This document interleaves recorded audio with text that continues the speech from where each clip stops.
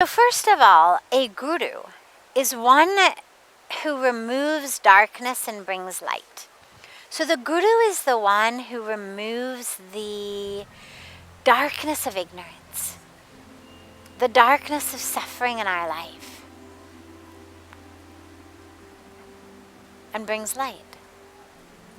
As we pray, asatoma sadgamaya, tamasoma jyotirgamaya, mrityorma amritam gamaya.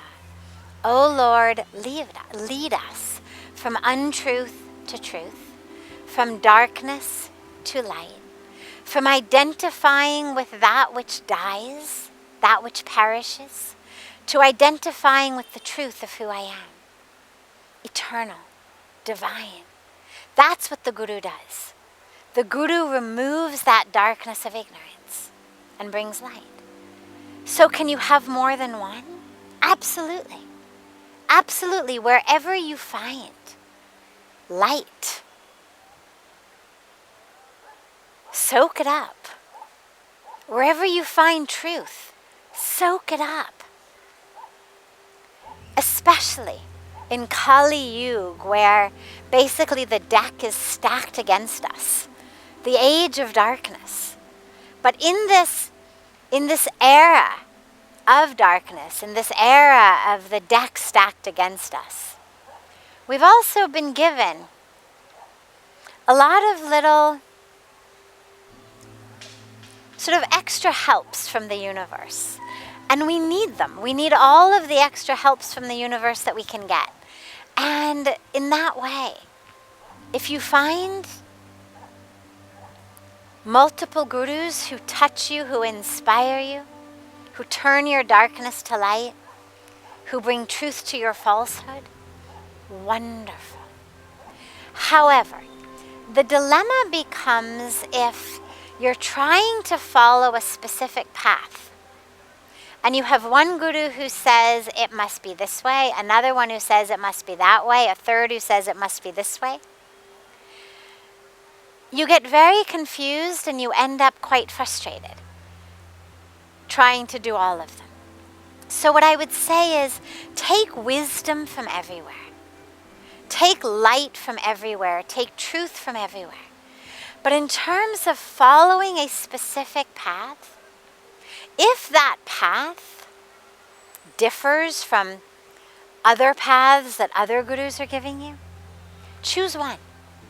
Because otherwise you'll end up running in circles. There may be multiple ways out of a dark forest. But if you walk 2 steps on this one, then you come back, walk 2 steps on that, come back, walk 2 steps on this one, you'll never get out. And so, if the paths seem to be separate, choose one. But as far as wisdom, inspiration, light, take as much as you can.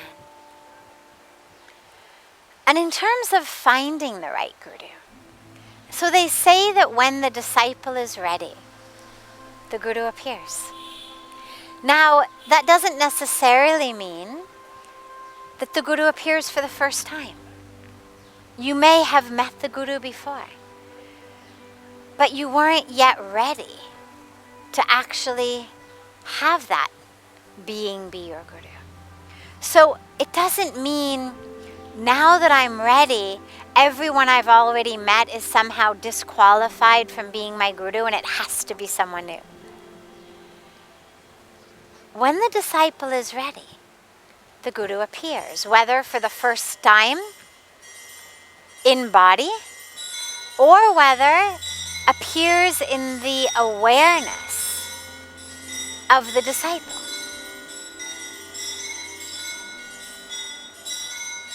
When you finally are able to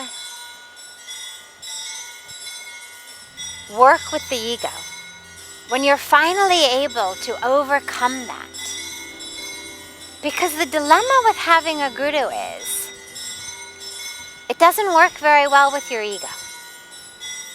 And so when we're attached to holding on to our egos, when we're attached to holding on to that, it's very, very difficult to actually benefit from a guru. The ego wants to be in charge. The ego doesn't want to surrender. The ego doesn't want the heart to listen. The ego does not want to melt and to merge into divine oneness. The ego wants what I want, when I want it, how I want it, my way, my identity, what I know. The ego wants to live on a very, very superficial level.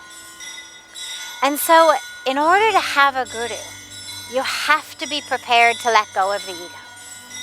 Otherwise, it won't work. So that's the first most important criterion, is to be ready to let go of your ego. And also to be ready to let go of that darkness.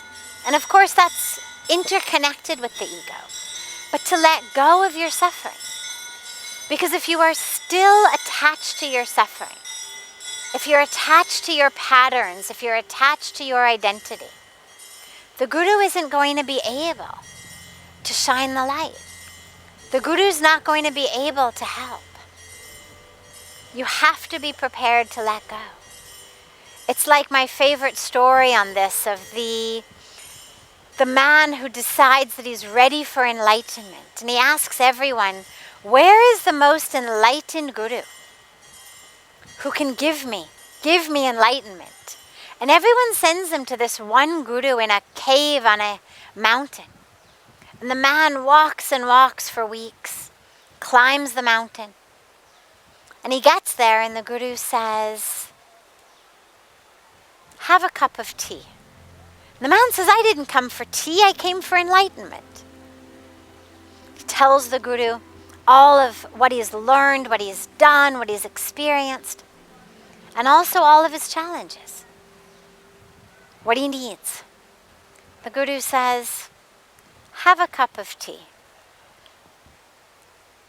So the man is stuck. He can't fight. The guru goes in the back of the cave and he comes back with a teapot and 2 cups. He puts the cups down and he starts pouring the tea into the cups. And he keeps pouring and the cup is filling and filling and filling and then overflowing.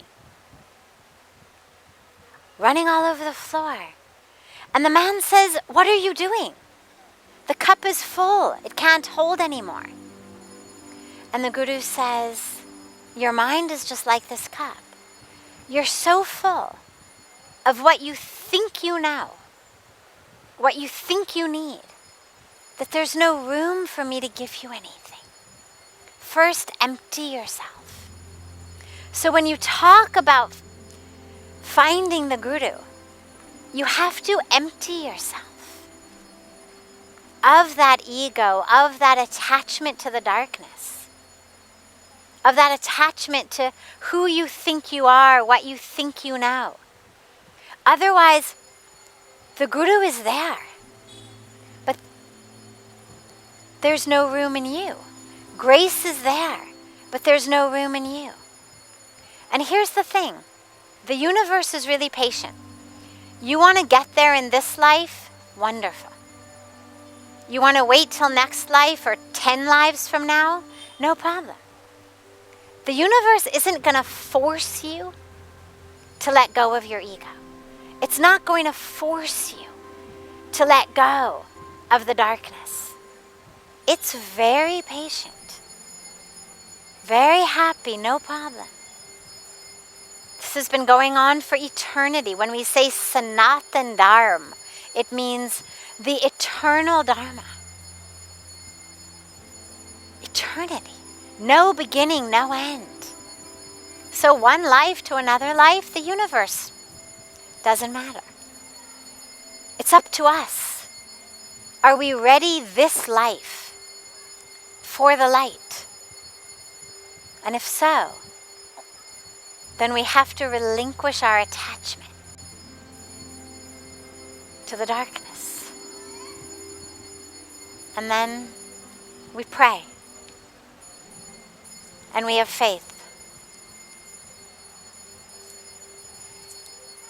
and the Guru will be there.